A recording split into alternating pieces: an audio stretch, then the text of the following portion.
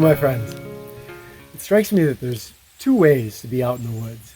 The one is like an urukai, just kind of tromping through the woods and crushing everything as we go. The other is like an elf, really smooth, quiet, and receptive. Now, most of us are interested in a higher level of awareness or situational awareness in general.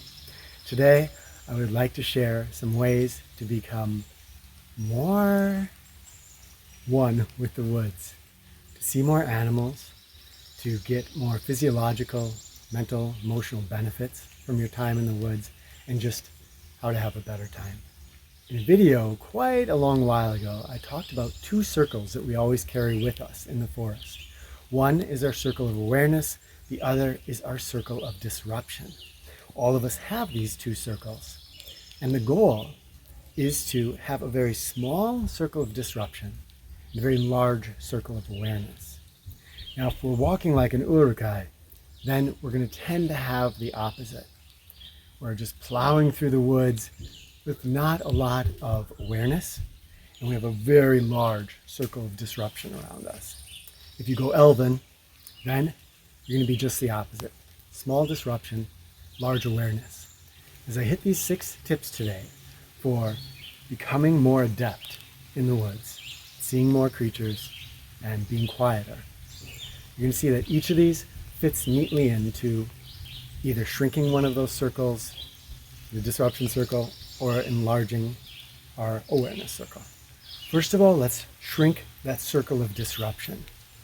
When most of us go out into the woods, that circle of disruption, it can be really, really big. All the creatures out here are very tuned into their world, where we humans tend to be tuned in not to the world, but into our mental activity, the thoughts that are going on in our heads. If we can shrink that circle of disruption, we're not just going to see more animals, but we're doing something really good for ourselves, because we're developing a little bit of discipline in how we move and how we interact with our external environment, but also our internal environment. What you wear matters. If you're trying to not be seen by humans, then color is super important. But if you're if you're going on a walk and you want to see more animals, then patterns are the important thing. You want something that can break up your silhouette. Our first tip, how we walk is essential. If I am just tromping through the woods in the usual way that humans often walk, my weight is leaning forward, I'm sort of falling into each step and hitting the ground hard, it sends a shock wave up through my whole body. I am very visible in the woods. Now, if I smooth out my walking, one way to do this is to imagine that you are standing in a room with a very, very low ceiling, and it's right above your head, and your job is to not bounce your head up and bump into that. That's going to keep you knees bent, moving smoother and more kind of stable through the woods. When we're moving in that way, we're not going to attract attention as much. The bouncy gunk, gunk, gunk, that's a very human walk that animals recognize. When you're moving more smoothly, they're still going to see that something's there, but you're not going to register human. And for most animals out here, human is going to register, wait, that's top of the food chain. So when you start walking like this, it wouldn't surprise me if you report down in the comments that some animal turns and looks at you. It doesn't just run. It says, what is that thing? Slowing down your walk is part of this. Thinking smooth and slow. And if you can, go barefoot. I know this isn't feasible in all environments, but if you can go barefoot, you're going to be so much quieter and so much more in tune with your environment. If barefoot is not an option for you, then consider some minimalist shoes, moccasins, other footwear that allows your foot to do what it's best at, which is to move and bend and flow over the terrain. It can feel rocks and roots so that you're not tripping. And it's just going to be quieter than really thick boots that come down and crush everything underneath them. The next one might seem obvious, but a lot of times I see people doing just the opposite. so it's worth bringing up, and that is to be quiet. This is easier if you're on your own, but if you're with a companion, it's often startling how loud people will speak to each other when they're standing right next to each other, when often a whisper would do. If you know some sign language, using sign language. Now, you're silent as far as your words go. Being quiet is not just not talking, but it's also, again, fits right into the first one, it's how we walk. Are we tromping through and just breaking sticks, or are we being conscious about where our feet are going? The final one for shrinking our circle of disruption is our attitude, our mental attitude. This one might sound strange, but if I walk out into the woods and I'm thinking in human thought and I'm just shooting for a next goal, my attitude, my inner mental state is going to come through in my motions. As we know, it comes through in our words and our emotions. Most of us, we can look at somebody and we can see, are they have walls up and they're hiding something behind there? Or are you seeing their true self? And nature does that with us, believe it or not. Sorry if this sounds a little bit mystical. If you are more science-minded, my attitude, if I'm filled with anxiety or fear or really lost in thought about tomorrow's work meeting, I'm probably releasing sense that other animals, not us, because we're basically, Alan Watts called us snuff, the equivalent of blind, but in our sense of smell. So other animals aren't. And we know we're always releasing sense that animals probably can pick up on. If your attitude is real, relaxed, and quiet, you're just going to see more creatures. If you're playing the hidey game that I've hinted at on this channel before, where you sit next to a path and just sit down there, visible, you don't have to really hide, just make yourself slightly camouflaged, but don't make yourself really camouflaged. And as people walk by, see if they see you. You're going to notice probably that a lot of people are just engaged in this or in their mental state, and even though you are fully in their peripheral vision, they won't see you. Now, if you shift your attitude, I think you will notice that even less people see you. You can be almost in plain sight, but imagine in your head that you are an old stump or a mossy boulder, and just sit there immersed in that feeling of being old and in tune with your environment. And I've literally had dogs walk by me in that state who absolutely should have at least smelled me. So maybe something mystical and magical, but maybe when we just relax our attitude, we're not letting off a lot of the usual human sense that animals would pick up on. Okay, now let's expand that circle of awareness. The first way we do this is by being in our peripheral. When I'm walking through the woods, it's very easy to look down. Maybe the urukai don't do this, they're pretty goal-oriented, but we humans, we tend to look down at the ground. There's amazing things on the ground, but if our eyes are locked down at the trail in front of us, trying to see every rock and thing that we might step over, we're going to miss a lot of what's going on around us. When I'm looking out in a peripheral way, I can see the ground below me, I can see what's up in the trees, I can see far to either side. Note that when I hear something or see something, my vision is going to want to go foveal. It's going to want to focus in on a little dot. That's what happens with our perception, which is different, notice, than our vision. Remember, you can be hiding on that trail. You can be clearly in somebody's peripheral, but their mind does not register you. So when I turn and I look at that deer or bear, what's going to happen is that my mind is going to try to turn off all the peripheral and just focus on the foveal. That is the perfect time to retrain our mind so that when we look over, we're still in our peripheral. I obviously can see the things, the bear, the deer, whatever it is, but I can maintain my peripheral. And it doesn't take anything away from that foveal. It just is about retraining our habits of perception. Be in peripheral if you can, all the time. Do it when you're eating tonight. Next time you're having a conversation is a perfect place because our mind wants to go into foveal when we do that. Be in peripheral.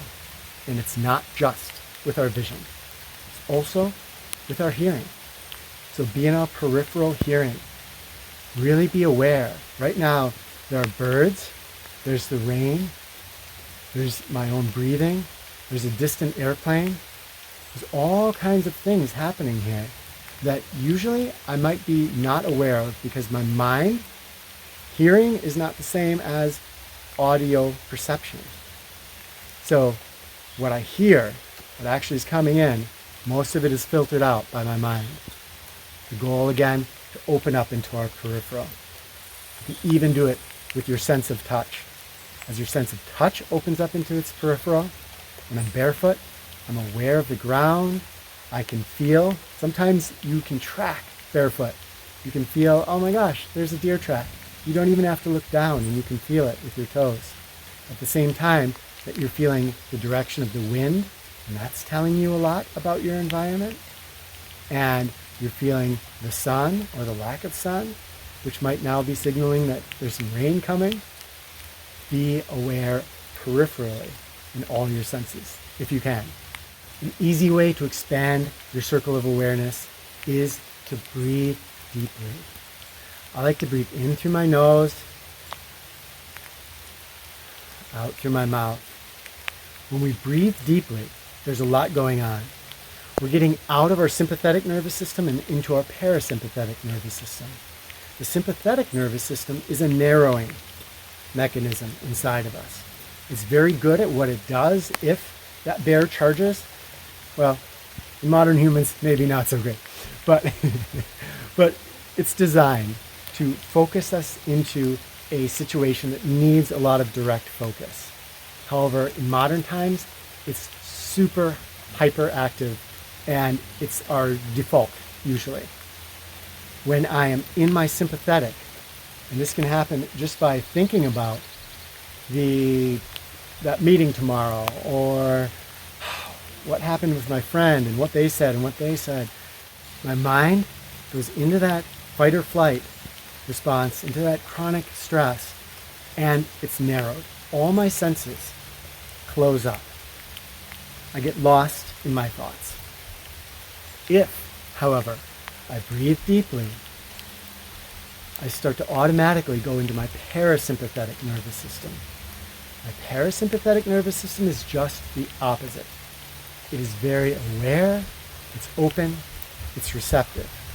It's an easy trick. When you're out for your next walk, adventure, hike through the park, whatever it is, try breathing deeply, see if it makes a difference for you. And finally, probably the most powerful way to expand our circle of awareness is to directly work on stilling our minds, coming into our senses. Effectively, our mind can only do one thing at a time. It's not really good at being lost in thought and also in our senses. Notice if you are walking down a path and you're lost in thought about tomorrow and you stub your toe on a rock, suddenly you're fully in your senses and everything you were thinking about has evaporated from your mind. Our mind can only hold one of those states at the same time. If we train our mind to be in its senses as default and only in thinking mode for, well, when thinking is necessary, which oddly is not actually all that often.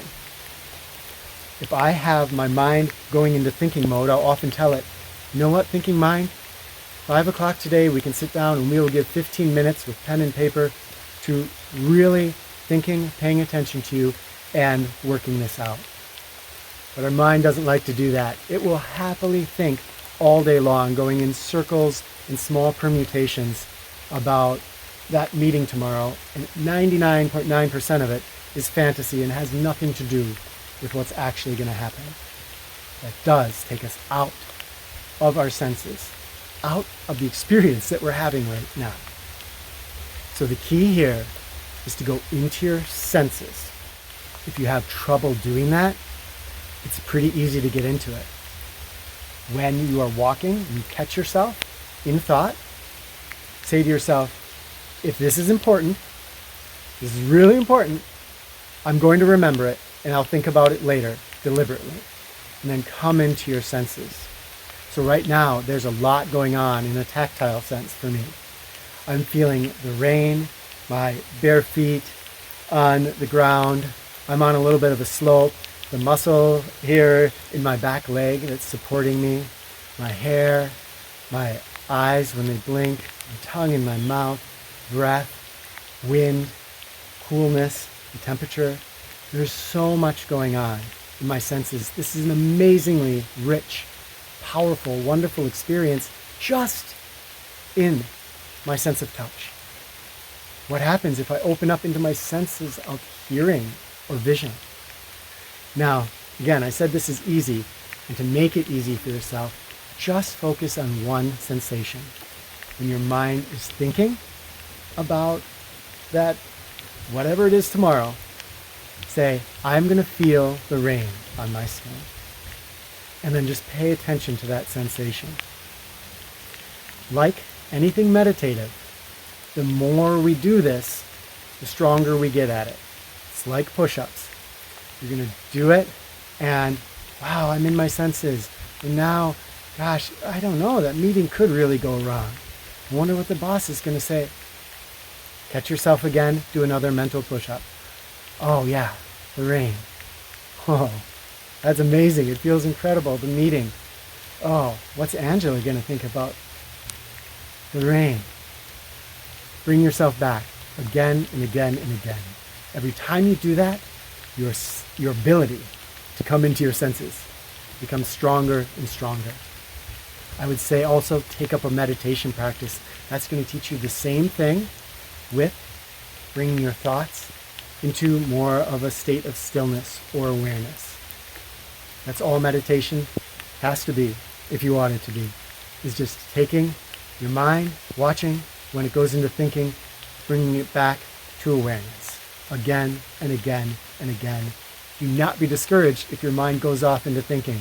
Our minds are very good at this. So say, awesome. This is a chance for another mental push-up. My friends, I didn't number them, but those were 6 tips. 3 for shrinking your circle of disruption. 3 for expanding your circle of awareness. I hope that these serve you well. They are awesome in the woods, but they also function in the rest of life, no matter where or what you're doing. Love to you all. Share in the comments any thoughts about these skills, and if you practice any of these skills, tell me what you experience in the woods. All right, talk with you in the comments. We'll see you soon.